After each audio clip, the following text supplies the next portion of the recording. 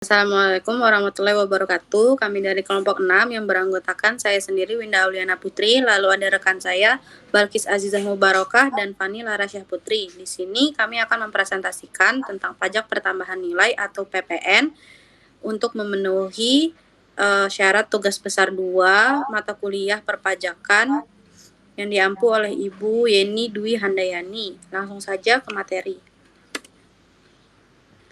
Pengertian. PPN adalah pajak yang dikenakan atas konsumsi dalam negeri oleh wajib pajak orang pribadi, badan, dan pemerintah. Dalam penerapannya, badan atau perorangan yang membayar pajak ini tidak diwajibkan untuk menyetorkan langsung ke kas negara, melainkan lewat pihak yang memotong PPN. Pajak pertambahan nilai bersifat objektif, tidak kumulatif, dan merupakan pajak tidak langsung.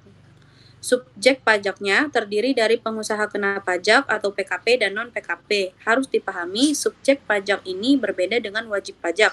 Subjek pajak belum memiliki kewajiban untuk membayar pajak, sedangkan wajib pajak sudah memiliki kewajiban untuk membayar pajak. Undang-undang yang mengatur. Terdapat 3 kali perubahan Undang-Undang PPN di Indonesia. Adapun perubahan yang terjadi disebabkan karena adanya pergantian model pemungutan pajak dan peraturan perundang-undangan agar bisa lebih sederhana dan adil untuk masyarakat. Berikut adalah perubahan UU PPN di Indonesia. Yang pertama, Undang-Undang Nomor 8 Tahun 1983. Undang-Undang Nomor 8 Tahun 1983 tentang pajak pertambahan nilai dan pajak penjualan atas barang mewah diciptakan untuk mengatur tentang PPN dan PPNBM dan disahkan pada 1 April 1985. Yang kedua, Undang-Undang Nomor 18 Tahun 2000. Setelah Undang-Undang Nomor 8 Tahun 1983, terdapat perubahan kedua, yaitu Undang-Undang Nomor 18 Tahun 2000 tentang perubahan kedua atas Undang-Undang Nomor 8 Tahun 1983 tentang pajak pertambahan nilai barang dan jasa dan pajak penjualan atas barang mewah. Perubahan ini dilakukan dengan tujuan untuk menciptakan sistem perpajakan yang tepat untuk masyarakat, juga untuk meningkatkan penerimaan negara. Yang ketiga, Undang-Undang Nomor 42 Tahun 2009. Perubahan ketiga adalah Undang-Undang Nomor 42 Tahun 2009 tentang pajak pertambahan nilai barang dan jasa dan pajak penjualan atas barang mewah. Yang ketiga, Undang-Undang Nomor 42 Tahun 2009. Perubahan ketiga adalah Undang-Undang Nomor 42 Tahun 2009 tentang pajak pertambahan nilai barang dan jasa dan pajak penjualan atas barang mewah. Untuk melengkapi kekurangan pada Undang-Undang PPN sebelumnya, Undang-Undang ini bertujuan memberikan keadilan hukum dan keamanan bagi negara dan masyarakat dengan sistem perpajakan yang jauh lebih sederhana. Sampai tahun 2018 ini, Undang-Undang Nomor 42 Tahun 2009 masih digunakan.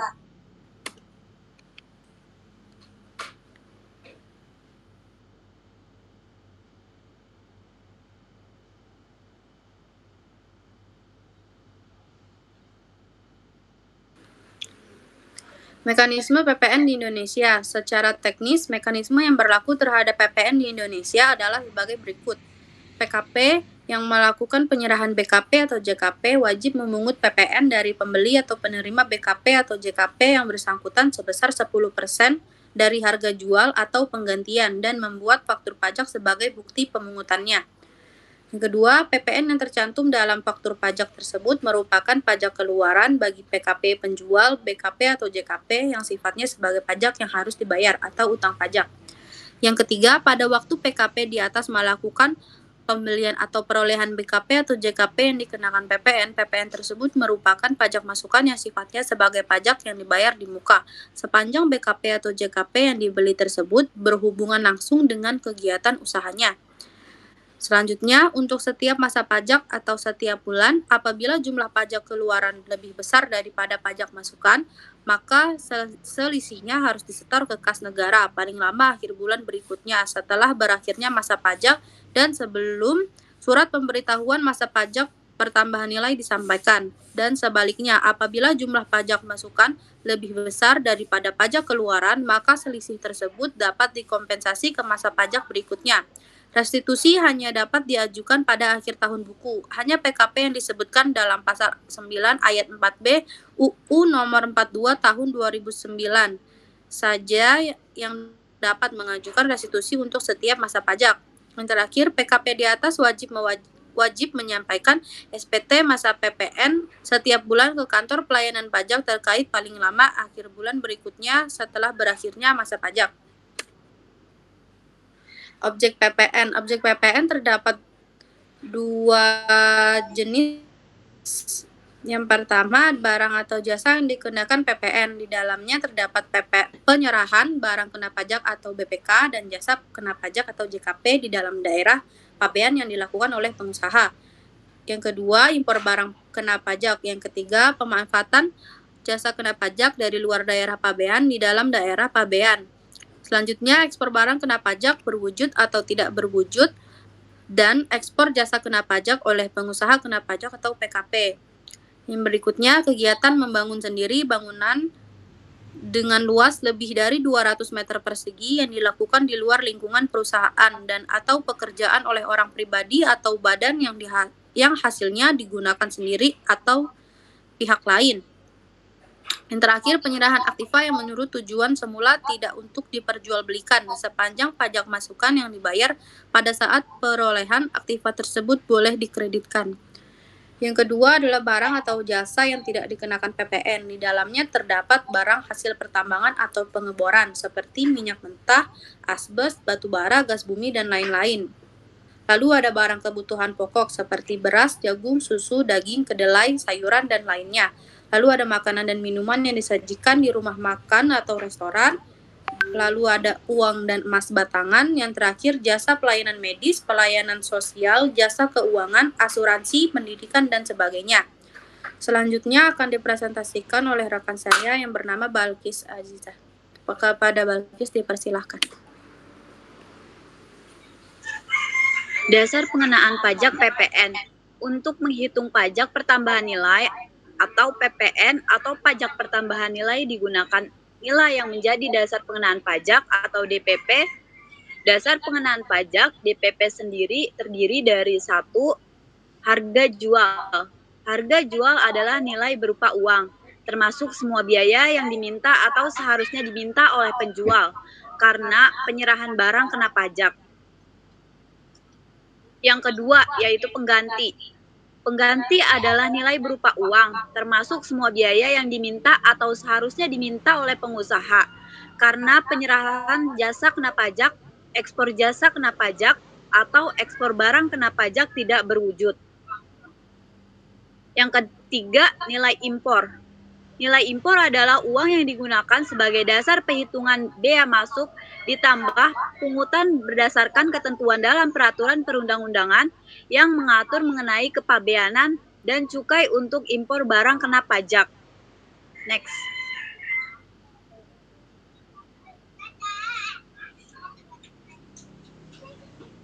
Dasar pengenaan pajak yang keempat yaitu nilai ekspor. Nilai ekspor adalah uang atau biaya yang diminta oleh eksportir. Yang kelima, nilai lain. Nilai lain adalah nilai berupa uang yang ditetapkan sebagai dasar pengenaan pajak yang diatur oleh Menteri Keuangan. DPP, PPN atau dasar pengenaan pajak PPN yang diatur dalam pasal 9 ayat 1 sebagai berikut. Yang pertama, untuk penyerahan BKP atau pemanfaatan BKP tidak berwujud. DPP-nya adalah jurnal harga jual.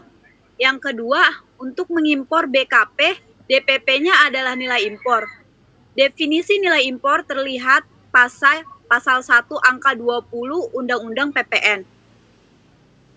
Yang ketiga, untuk mengeksporkan BKP, DPP-nya adalah nilai ekspor. Yang keempat, untuk kasus penyerahan BKP atau JKP tertentu, DPP-nya adalah nilai lain. Nilai lain adalah suatu jumlah yang ditetapkan Menteri Keuangan sebagai dasar pengenaan PPN atas jenis penyerahan BKP atau JKP tertentu. Next. Tarif pajak PPN. Tarif umum yaitu 10% untuk penyerahan dalam negeri. Tarif khusus 0% diterapkan atas ekspor BKP berwujud maupun tidak berwujud dan ekspor JKP. tarif pajak berdasar sebesar 10% dapat berubah menjadi lebih rendah yaitu 5% dan paling tinggi 15% sebagaimana diatur oleh peraturan pemerintah. Next. Rumus dan cara perhitungan PPN. Perhitungan PPN yang terhutang dilakukan dengan cara mengalihkan tarif pajak dengan dasar pengenaan pajak atau DPP. Proses perhitungan tersebut dapat diilustrasikan sebagai berikut. PPN sama dengan tarif PPN dikali pengenaan pajak atau DPP. Contoh kasus, seorang PKP bernama Gaby menjual tunai barang kena pajak dengan harga jual 25 juta. Jawab, pajak pertambahan nilai yang terhutang sama dengan 10% dikali 25 juta sama dengan 2.500.000. PPN sebesar 2.500.000 tersebut merupakan pajak keluaran yang dipungut oleh pengusaha kena pajak Gaby. Next. Cara lapor SPT masa atau F-link PPN. SPT masa PPN adalah surat pemberitahuan untuk lapor pajak pertambahan nilai yang dipotong atau dipungut pajak orang lain secara bulanan. Batas waktu pelaporan SPT PPN adalah setiap akhir bulan berikutnya dan bisa dilaporkan melalui laman DJP online. Untuk mengetahui lebih jelas tentang cara pelaporan berikut tahap yang wajib Anda ketahui. Yang pertama yaitu login di aplikasi e-faktur dengan akun PKP yang sudah Anda miliki. Masukkan NPWP dan password secara kode kelaman yang tertera. Pilih file SPT masa PPN di dalam bentuk CSV dan PDF. Lalu klik Start Upload, maka akan muncul pesan bahwa proses upload selesai. Yang ketiga, selanjutnya Anda akan diminta untuk meminta kode verifikasi. Klik OK, dan akan muncul kode rincian SPT yang akan dilaporkan serta kolom kode verifikasi. Segera ambil kode verifikasi dengan klik link yang dimaksud. Anda bisa copy kode verifikasi yang dikirim ke email Anda dan masukkan ke kolom kosong. Sesuai memastikan SPT dan kode verifikasi sudah benar, klik kirim SPT.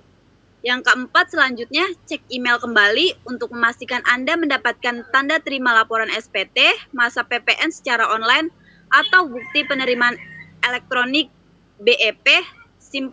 Simpan bukti tersebut sebagai tanda Anda sudah berhasil melakukan cara lapor SPT selama SPT masa PPN online. Selanjutnya akan dilanjut oleh rekan saya yang bernama Fani Larasya Putri. Ketentuan PPN jasa luar negeri. Pada pajak pertambahan nilai atau PPN, terdapat beberapa objek yang termuat di dalamnya seperti PPN dalam sektor ekspor dan impor barang kena pajak atau BKP. Selain itu, pemanfaatan jasa kena pajak atau JKP, baik dari dalam maupun luar daerah pabean, atau pajak pertambahan nilai atas jasa kena pajak dari luar daerah pabean, maupun PPN jasa luar negeri. A. Ketentuan aturan PPN jasa luar negeri.